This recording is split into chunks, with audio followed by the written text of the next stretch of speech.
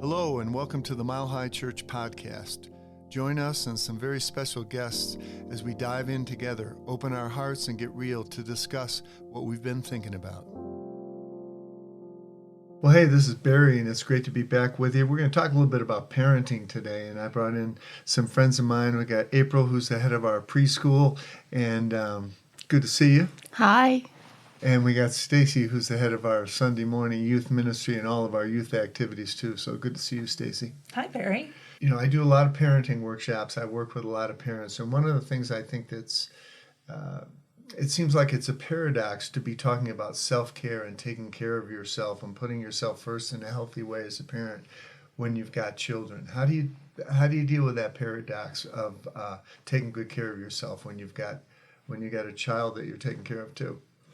Well, first recognizing that it is a paradox. You know, when we first take a small baby home, they don't sleep and we don't sleep either, and the care is constant. And we even have biological hormones that are allowing us to stay up and not sleep and not give that self-care. But really it's that the self-care is different when you're a parent. So if we're looking for resources on how to take on self-care outside of being a parent, they're very, very different, because we are programmed as parents and caregivers to seemingly put ourselves first. But it's actually more about equity, realizing who needs what when, and that there isn't an importance, that it's all a need, and that we're working on them together. But without recognizing there's a paradox, we can't get through it, because there's always a friction, because that's how it works to be a parent. Right? Sure, we're trained. We're trained from birth to be putting others ahead of ourselves because it's necessary. Yeah. With little kids, right, there's this obvious need. You need to get up and feed them. You need to get up and take care of them. Even April and I are also both parents of teens and spend time with teenagers, and it's a different kind of sleep effect where you're wondering about, how they're doing and where they are and what's going on. And, those patterns get established in different ways through every phase of parenting. Absolutely. Yeah, you're letting go and expanding the amount of control that your kids have, but that doesn't mean that you're still not connected in relationship with them. So, yeah, I think that's...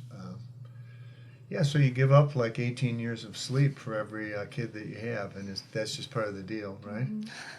It is very much a part of the deal, and that's why we have to look at self-care differently, from a different lens when we're talking about caregiving, because it is from a very different lens, and we can still take care of ourselves in the moment, outside of the moment, through planning and through honesty and vulnerability. And that's what it really means to provide ourselves with self-care as a caregiver. Yeah. All right, cool. But what do you think are some ways that parents can take better care of themselves? For me, it's sleep. So if I have to let go of other things in order to get enough sleep, if I have to develop some practices around sleep, but protecting my sleep was one of my best self-care moves and continues to be one of my best self-care moves. Okay. You got a toddler at home, April. How do you take care of yourself? I do. Well, I think it's really important to plan self-care, where it's just me and it's not my kiddo. But I also really focus on practicing self-care when I'm with my toddler or with my teenager. And again, that looks like authenticity and really being honest about how I feel and where I am, so that they can understand, and also so that I can really truly play.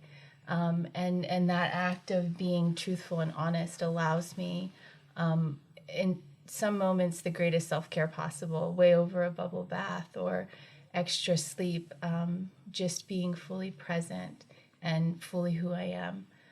There's a self-care that happens that's beyond any kind of planning, but it takes more practice, I think.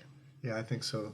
I think so too. I got a granddaughter now, who's 16 months old, so it's been really good for me to get back into it. And one of the things I love the most is just getting down on the floor and just hanging out and playing and reading the same book over and over again and playing music for her and stuff. And it does really bring me into the present moment and gives me an opportunity to let go of all the other stuff that I have to do and just do that is really good. And the thing that I found being around her parents too, her parents really have a pretty fixed schedule for when she eats and when she sleeps, and it's just helping her so much. She's in such a good mood, and when it's time for her to go up and take a nap, or time for her to go to bed, just take her upstairs and she gets into her little sleep sack, and you turn on the white noise, and boom, her expectation is so high, and she loves going up there.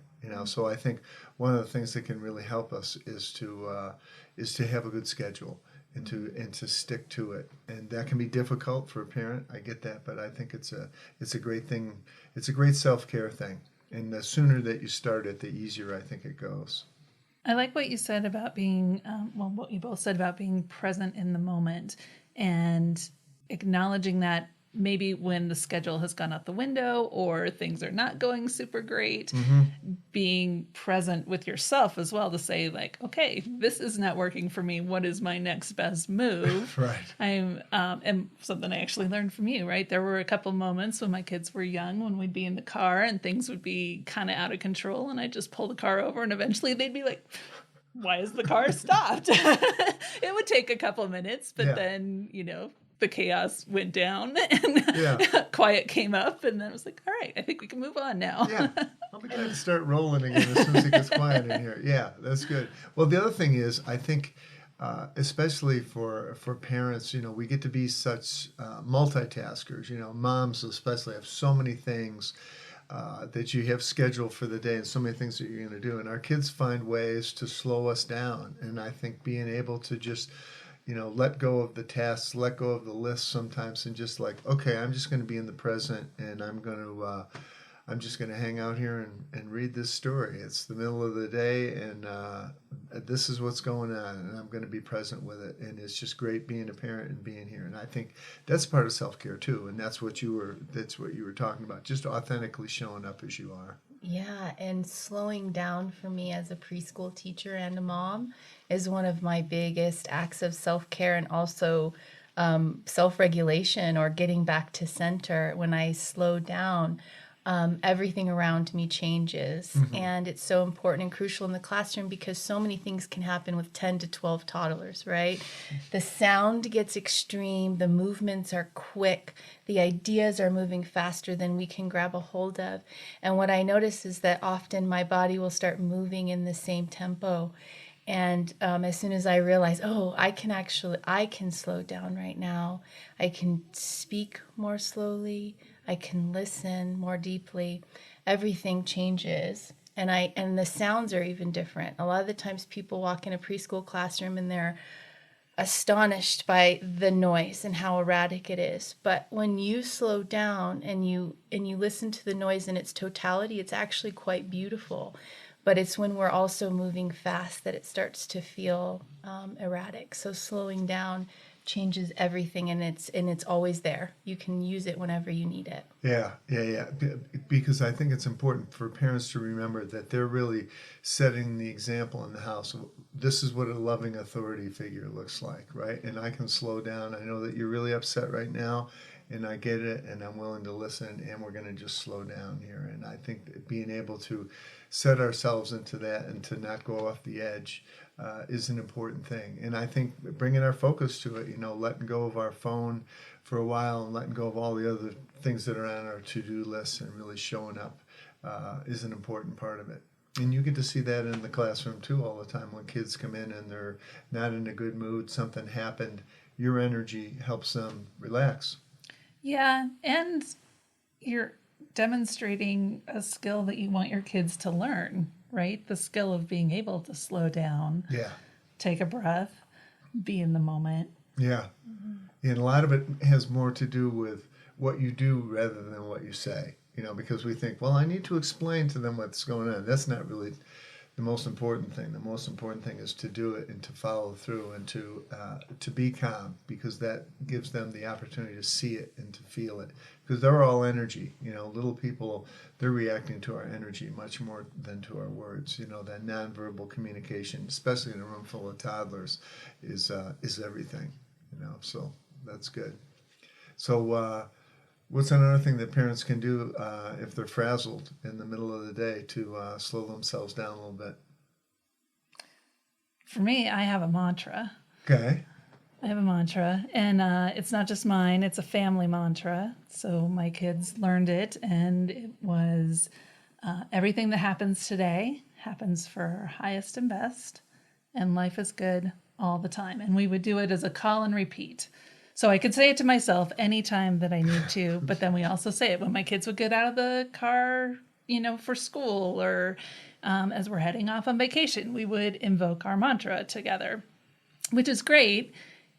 That sinks me into that place where you're really centered. And then eventually your kids are old enough that you could be, in a space of maybe not feeling so great and feeling a little frazzled, and they will give the mantra back to you, which is very cool. It's very cool and a little annoying, Right. but very cool mostly. Right. So give us that one more time. Give me that mantra one more time. Everything that happens today happens for my highest and best.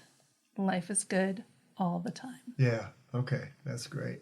That's great. One of the things that you were just pointing towards, like going someplace, I think one of the things that parents struggle the most with in terms of taking care of themselves is transitions, like taking their kids to school and dropping them off, picking them off at school, going to a play date, or then leaving the play date.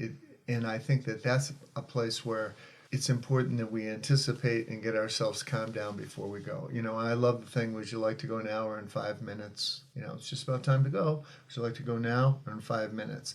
But then when it's actually time to go, we're leaving. You're not asking them anymore. And your expectation is that they're going to come with you. And if they're upset about it, I know, and just keep moving. But I think preparing for transitions and expecting them to go well is a really important part of it. Don't you think? I mean, you see a lot of kids getting dropped off. I do, and I guide a lot of transitions as well, and some go really well, and I always anticipate that they will go well because I truly trust children. And when they don't go well, I still trust what's happening. But one thing that happens is I sometimes make big mistakes when things go wrong during a transition, just like a kiddo. And what I find works very well for me, and especially when I ask parents to join me in this sort of honesty, I will say, I don't even like what I'm saying right now. I think I'm getting really out of sorts, so I'm just going to stop for a second. And I just stop. And then I'll go back and I'll say, so things got a little crazy. It's still time to go. Do you need any help getting your stuff? I'm here. And I'm sorry. I'm sorry that I got a little crazy. Changes everything. Mm-hmm. I mean, empathy, human relationships, really being honest about your feelings, that's the tool when things aren't going wrong. Mm-hmm. And of course, always anticipating that they will go right, but that also takes acknowledging that when they're going a little wrong, they're still going right. Mm-hmm. They're still going right, and that's what keeps us together in those moments, is recognizing it's okay if they go a little awry. We still have it in us to get back. Yeah, well, I think being honest is something that it takes us a while to get comfortable enough and confident enough as a parent to just be honest and say, I'm not handling this really well, mm-hmm. So I'm gonna just slow down here for a minute, and we'll come back to it. And that's a powerful thing for a kid to hear from a parent. It really is. You see a lot of transitions too. I do see a lot of transitions, and yeah, I agree. There's always a way to bring it back, but planning a little bit of just that little bit of extra time. Yeah. In order to really respect what a kid needs to get the transition done can help everybody. Yeah, I think, I've always thought of it as the kids find a way to slow us down. Like when we're picking a kid up from school and like we've only got 2 minutes, they might need 4 minutes, and they're going to get it. And if we can slow ourselves down and just say, would you like to put your toys away? Or would you like to give your toy to your friend? Do you need to say goodbye to your teacher, or just to slow down and to move into their world for a moment instead of trying to snap them into our world instantly? I think it is just a way of respecting where they are.